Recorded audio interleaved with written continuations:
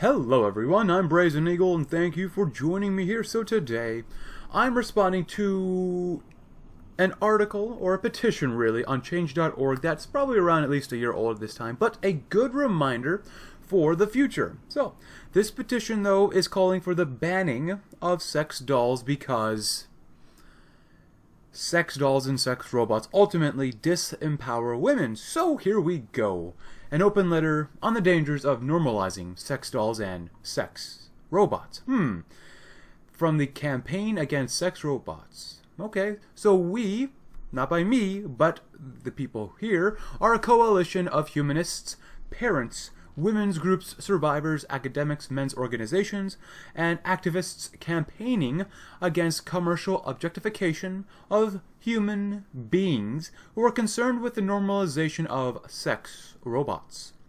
These technologies are developed and backed by academic and business robotics and artificial intelligence communities who have to date the loudest voices shaping the policy direction about the benefits of sex robots while largely ignoring the potential dangerous effects on women, men, and children because women are apparently most important.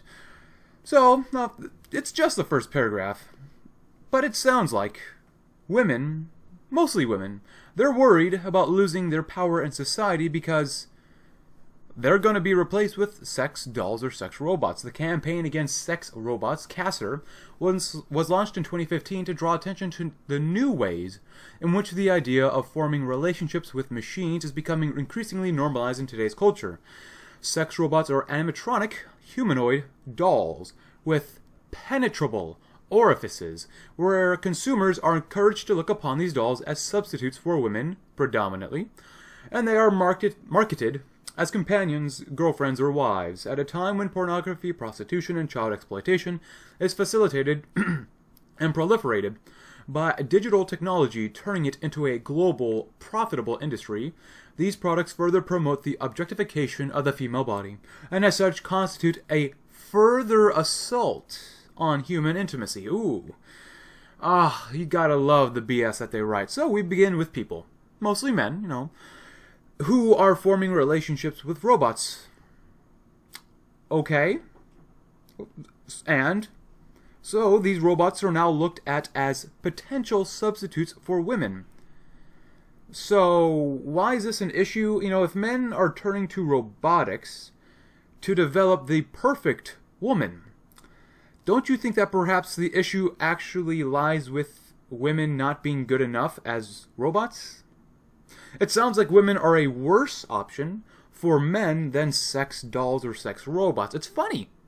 Kind of depressing, but funny, too, seeing that women are so much of a negative or a drain on a man's life that the women are being replaced with machine. Now, within this paragraph as well, they claim that these sex dolls will further promote the objectification of the female body and supposedly assault human intimacy.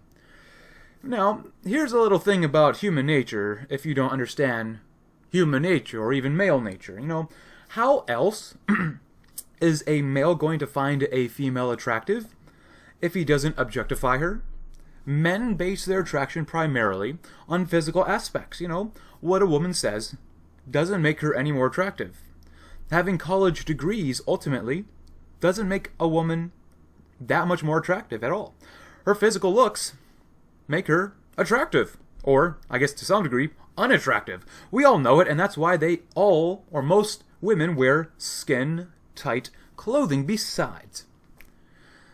Women objectify men all the time. How else are women going to feel attracted to men? They objectify men by learning about their social status, their wealth, and of course, influence. Women, too, objectify men on how they look to a degree, but to a much lesser degree than men do women. So, and lastly about this second paragraph, just look at assault on human intimacy.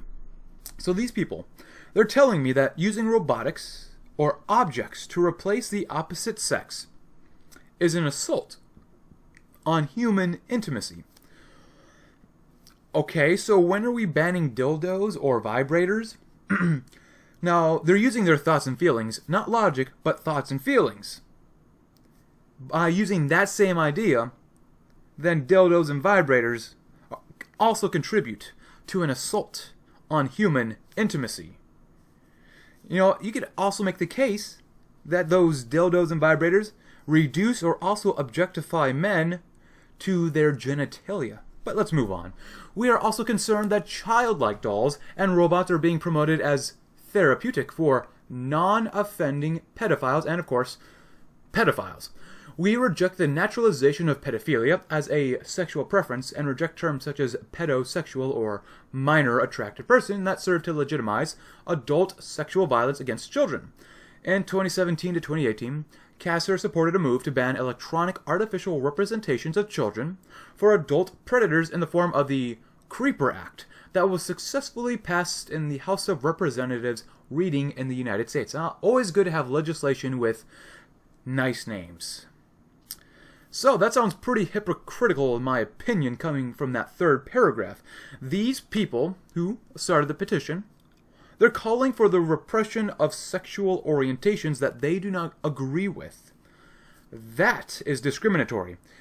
I was told love is love, or love, it was love. Love is love.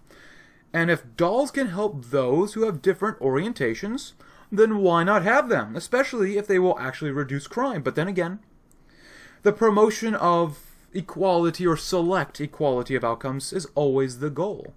Now, time for a very, very short sentence. We also believe that sex dolls and sex robots in the female form add to the pervasive culture where sexual violence against women and girls is reiterated in new ways. Oh, if anything. These people don't know anything, though. If anything, really. By promoting sex dolls and sex robots, you could reduce potential violence. It doesn't have to be sexual, just violence against other people, most likely, of course, women and girls. So, despite female political equality, women and girls still face serious threats of sexual violence from domestic abuse and rape to upskirting and revenge porn. 2 women are murdered each week at the hands of former and existing male partners, and mass grooming gangs have targeted vulnerable young girls for decades. So, what I get from this paragraph is that they're trying to promote some sort of data, some sort of information, but I've got a feeling that they're not telling us everything. Can they tell me, do men not suffer from domestic abuse? Can men not be raped? Can men not be targeted and exploitation regarding sexual encounters? I'm not saying rape is okay, because it isn't. Real rape. But we must look at more than just a few points. For example, they say that 2 women are murdered each week from male ex-partners. Okay, I'd like to see the data. Is this worldwide? Is this just in the United States? Is this in Europe? I'd assume this is in Europe because this is focused on the European Parliament and the UK, but how many men are killed by their current or ex-partners? How many men die each week? And talking about grooming gangs would happen far less if there was actually a strong enough male-led society. I gotta avoid that P word. Men generally protect their own, but, of course, with the destruction of the traditional family unit, and, of course, social cohesion, you created more problems that include grooming gangs. Good job. Feminists and their allies. Studies show that strong ties in relationships are good for people and society, and that the weakening of our social ties is a major contributory factor in mental health distress, economic insecurity, and human isolation for women, men, and children, because we always place women first.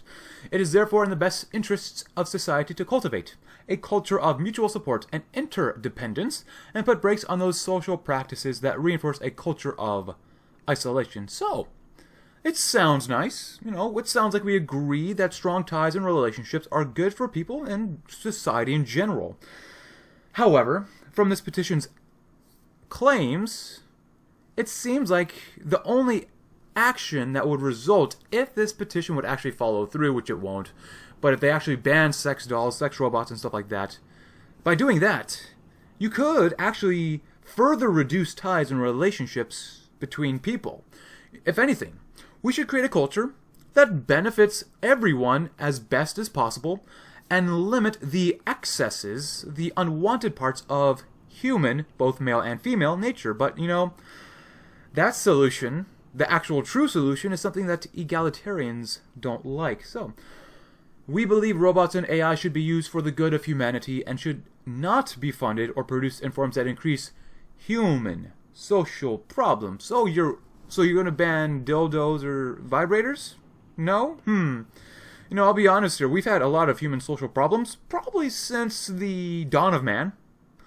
But at least in the United States, I might say it's become a lot worse since the early 20th century. Sure, not any country's perfect, but we got rid of the way we can improve social human interaction since the early 20th century, if you know what I mean.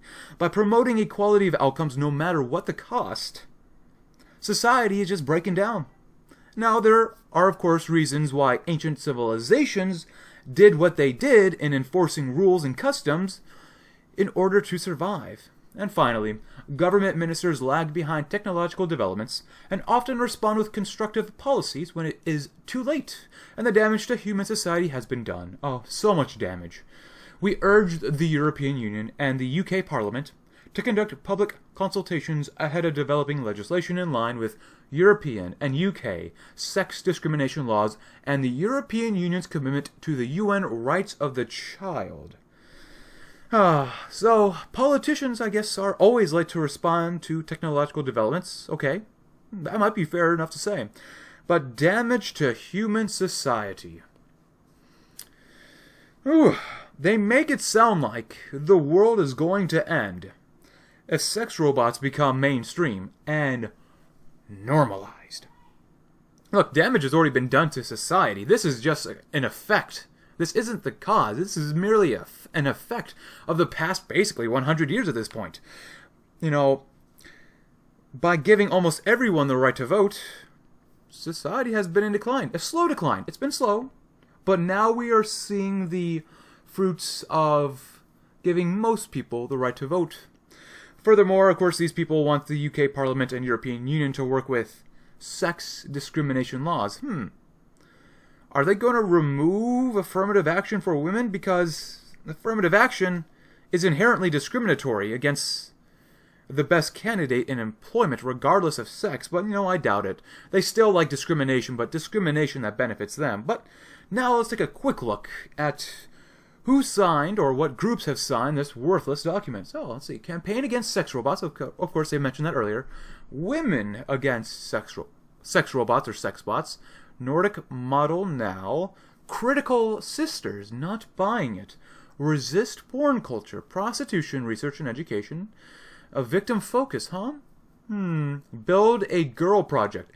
That sounds like a great thing, build a girl. What is this, like build a bear? Is this building a woman project, like robotics? That sounds honestly kind of cool. Center for Women's Justice. Radfem Italia, I wonder what they believe. The National Centre on Sexual Exploitation, LM Feminists and Allies, and White Ribbon Ireland. Men's Development Network. Interesting.